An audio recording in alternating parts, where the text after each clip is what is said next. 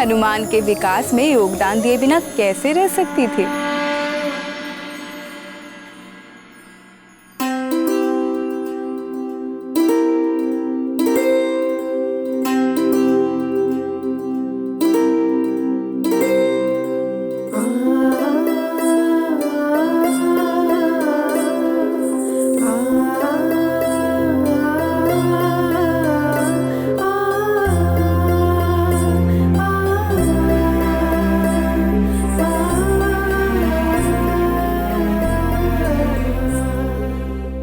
देवी अंजना, आज मैं आपको ध्रुव लोक के ध्रुव तारे की कथा सुनाऊंगी। आकाश में स्थित ध्रुव नक्षत्र अपने पूर्व जन्म में मनुष्य थे। वे 5 वर्ष की अल्प आयु में ही उन्होंने भगवान वासुदेव को अपनी निर्मल भक्ति से प्रसन्न कर दिया और इस परम दुर्लभ पद को प्राप्त किया। ध्रुव के पिता राजा उतानपाद की 2 रानियां थीं। ध्रुव की माता सुनीति वे बड़ी थीं, किंतु राजा अपनी छोटी रानी सुरुचि के वश में थे। देवी अंजना, आप लेट जाइए। ऐसे बैठे रहने से गर्भ में पल रहे शिशु को कष्ट होगा।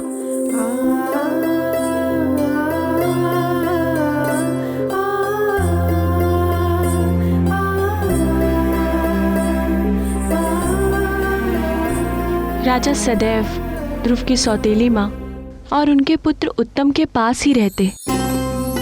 ध्रुव को कभी भी अपने पिता का प्रेम प्राप्त करने का अवसर ही नहीं मिलता। एक दिन जब राजा उतानपाद ध्रुव के सौतेले भाई को अपनी गोद में खिला रहे थे, तब ध्रुव का मन भी पिता का प्रेम प्राप्त करने की लालसा जागी।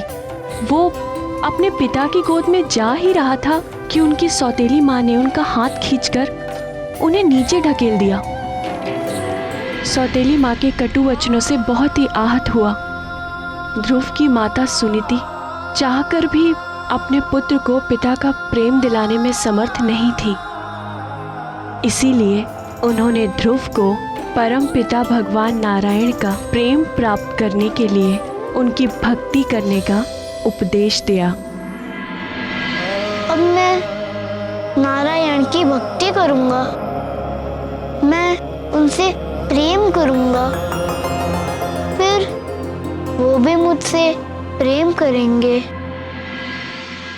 फिर ध्रुव ने घर छोड़ दिया और नारायण को पाने के लिए वन में जाके एक वृक्ष के नीचे बैठ गए। शिव शिव, 5 वर्ष की अवस्था में इतना साहस! वन में तो कई प्रकार के हिंसक पशु और सर्प आदि घूमते रहते हैं, फिर ध्रुव महाराज इन सबसे बचे कैसे? जब प्राणी भगवान की ओर एक पग चलता है, तब भगवान अपने भक्त की ओर 100 पग चलते हैं। तो फिर भगवान अपने भक्त की सहायता कैसे नहीं करते? उन्होंने अपने अंश अवतार महामुनि नारद को भी ध्रुव की मंत्र दीक्षा के लिए भेज दिया।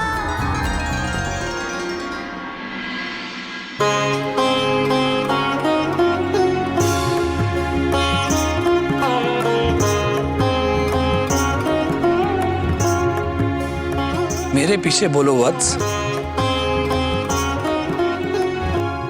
ओम नमो भगवते वासुदेवाय।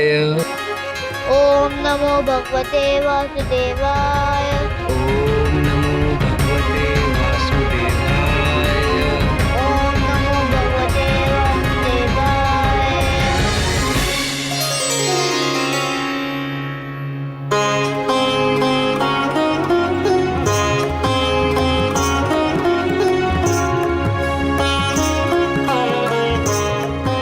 ये परम गुप्त द्वादशाक्षर मंत्र है पुत्र। भगवान श्री हरि के सुंदर चतुर्भुज रूप को हृदय में धारण करके इस मंत्र का निरंतर जाप करने से तुम्हारे सभी मनोरथ सिद्ध हो जाएंगे।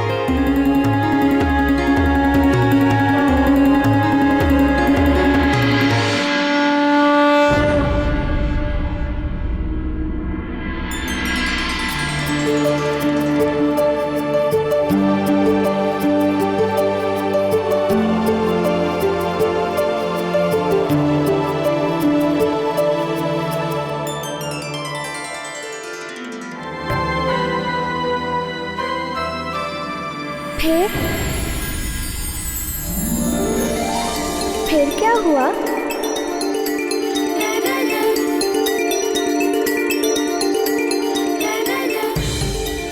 फिर 1 वर्ष की कठिन तपस्या के पश्चात ध्रुव को बैकुंठपति भगवान श्री नारायण ने अपने चतुर्भुज रूप में दर्शन दिए।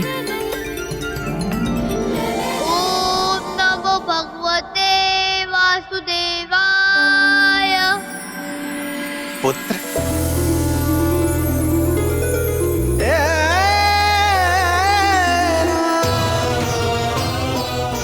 तुम्हारी निर्मल भक्ति से मैं प्रसन्न हूं पुत्र। जिस अविनाशी लोक को आज तक किसी ने प्राप्त नहीं किया, सारे ग्रह, नक्षत्र और सप्त ऋषि भी जिसकी परिक्रमा करते हैं, इस समस्त ब्रह्मांड में सबसे ऊपर का वो लोक जो इन सारे लोकों का नाश होने के पश्चात भी स्थिर रहता है, वो दुर्लभ पद मैं तुम्हें देता हूं।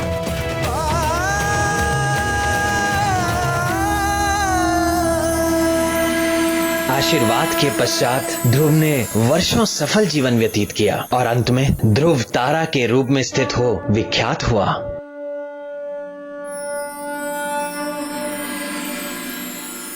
इस प्रकार भक्ति का पहला पाठ शिशु हनुमान ने गर्भ में ही सीख लिया था।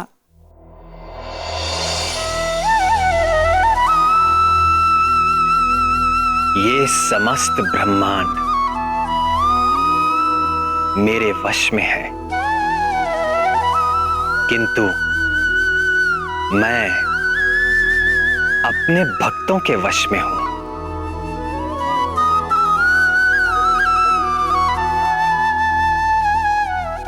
मेरे भक्त हर पल, हर घड़ी निरंतर मेरा ध्यान करते हैं और मैं भी हर पल, हर घड़ी अपने भक्तों का ध्यान करता हूं। हर संकट से उनकी रक्षा करता हूं, उनकी हर इच्छा पूरी करता हूं, उनके जीवन की उपलब्धियों की रक्षा करता हूं और कोई आवश्यकता उपस्थित होते ही तत्काल उसका प्रबंध करता हूं। हनुमान की शिक्षा दीक्षा में मेरी रुचि देखकर सभी देवता उनकी सेवा में उपस्थित होने लगे, तो सप्त ऋषि भला पीछे कैसे रह सकते थे? वो भी आए।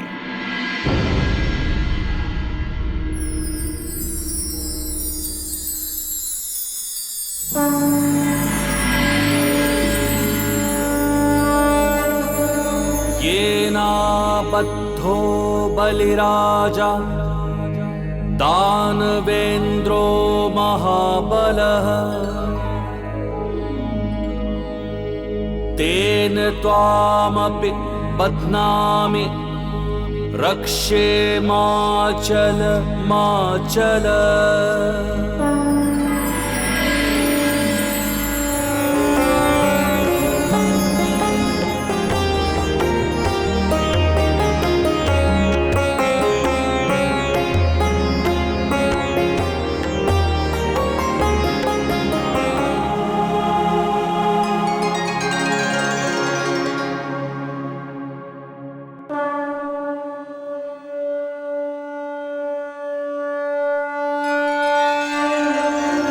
बाल हनुमान की नित नई लीलाओं से आनंदित होते हुए अंजना के गोद भराई का समय आ पहुंचा। इस मंगल कार्य के लिए निकट और दूर स्थित सभी संबंधियों और मित्रों को निमंत्रण भेज दिया गया, किंतु ठीक गोद भराई के दिन सूर्योदय के साथ ही मूसलाधार वर्षा होने लगी, जो ना तो रुक रही थी और न मध्यम पड़ रही थी।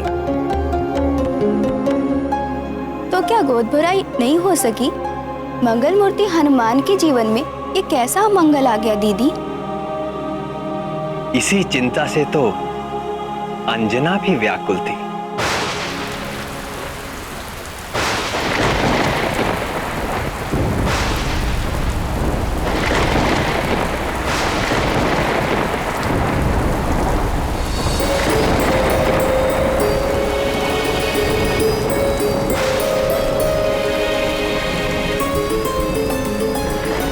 ये वर्षा तो रुकने का नाम ही नहीं ले रही।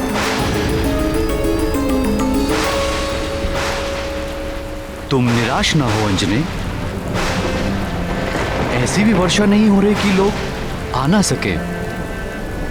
मार्ग में कहीं रुक गए होंगे, आते ही होंगे।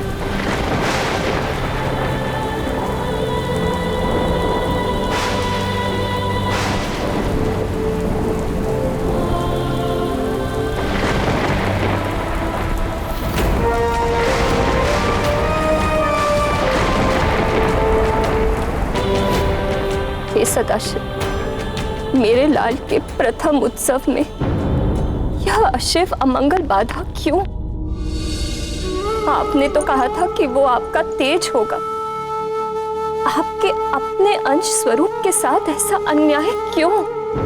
मेरा पुत्र हमारे प्रियजनों के आशीष से वंचित क्यों? हे हर, मुझ दुखियारिन का दुख दूर कीजिए।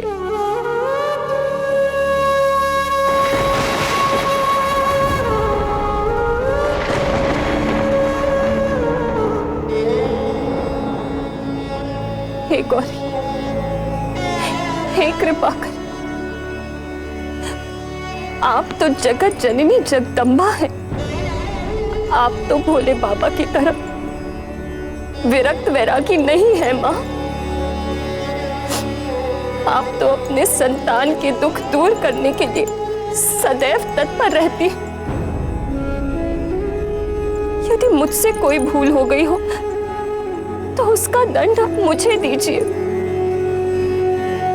किंतु गोद भराई के इस पावन अवसर पर मेरे लाल को आशीर्वादों से वंचित मत कीजिए। हे ममता मई मां,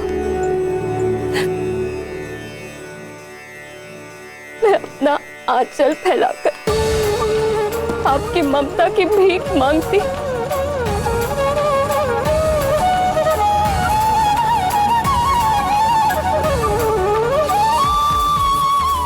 कृपा करो मां,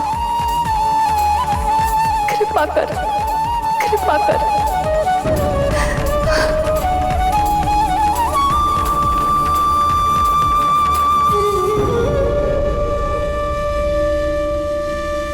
मैंने तेरी पुकार सुन ली है पुत्री, धीरज रखो। गोद भराई होगी, पूरे अनुष्ठान के साथ होगी और तुम्हारे पुत्र को आशीर्वाद मिलेंगे और ऐसे जैसे किसी को ना मिले होंगे।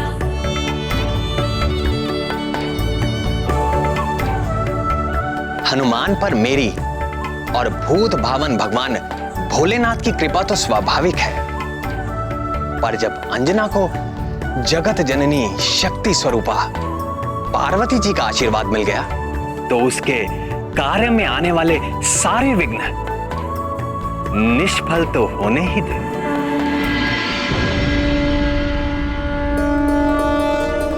देवी लक्ष्मी,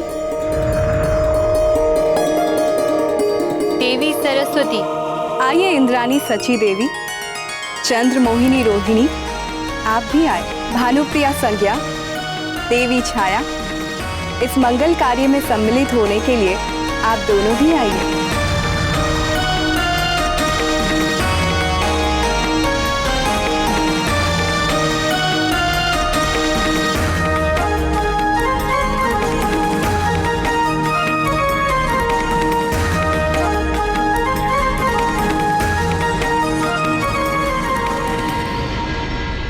प्रणाम महारानी। क्या हुआ? तुम इतना हाँफ क्यों रही हो? वो आ गई। कौन? हमारे संबंधी? वो तो नहीं आए, पर कुछ सुहागनें आई हैं। बहुत खूबसूरत सजी धजी देवियों जैसी, और साथ में खूब सारे उपहार भी लाई हैं।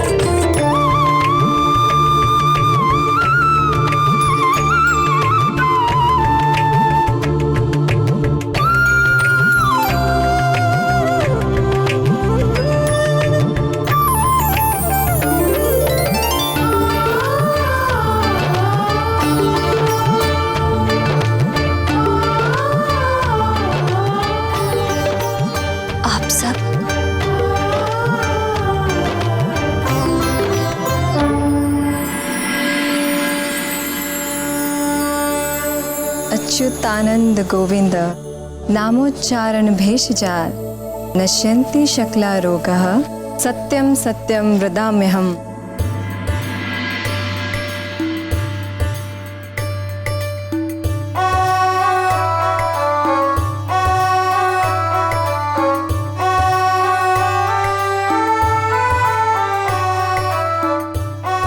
तब पुत्र जितेंद्रियो भविष्यति। मेरा लाल सभी इंद्रियों को जीतने वाला होगा।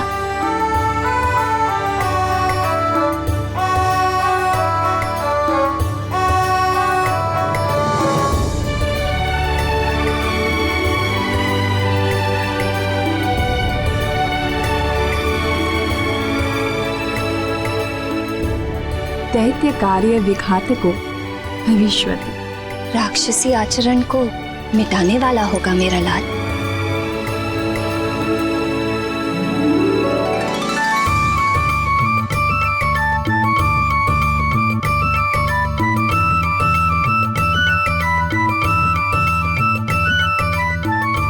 वेद विदांग विशारदो भविष्यति। मेरा पुत्र वेदों का विद्वान होगा।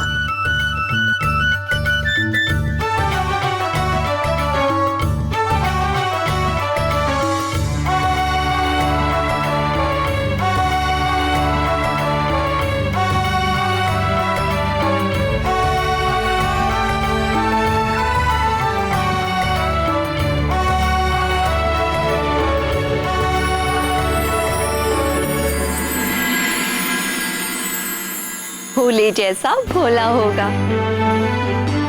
नारायण जैसे नटखट होगा। ज्ञानी और तपस्वी होगा। पर कौन? तेरा लाल।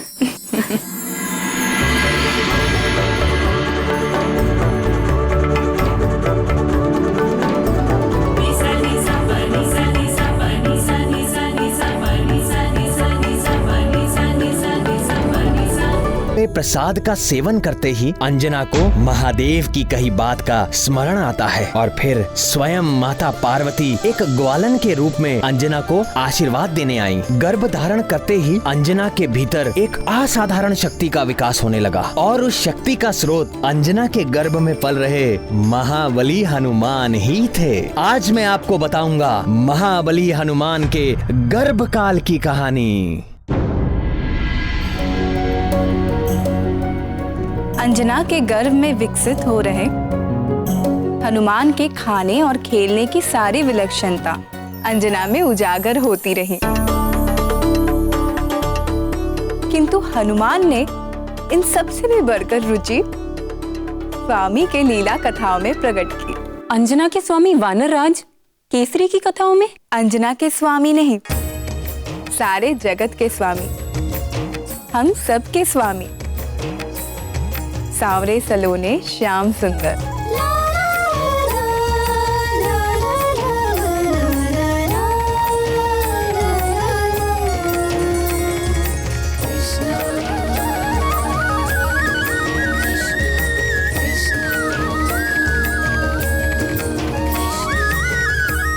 अंजना जानती थी कि गर्भ में भी शिशु सुनने लगता है, इसलिए माता गौरी की बात स्मरण करके वो निरंतर अच्छा ही बोलती और अच्छा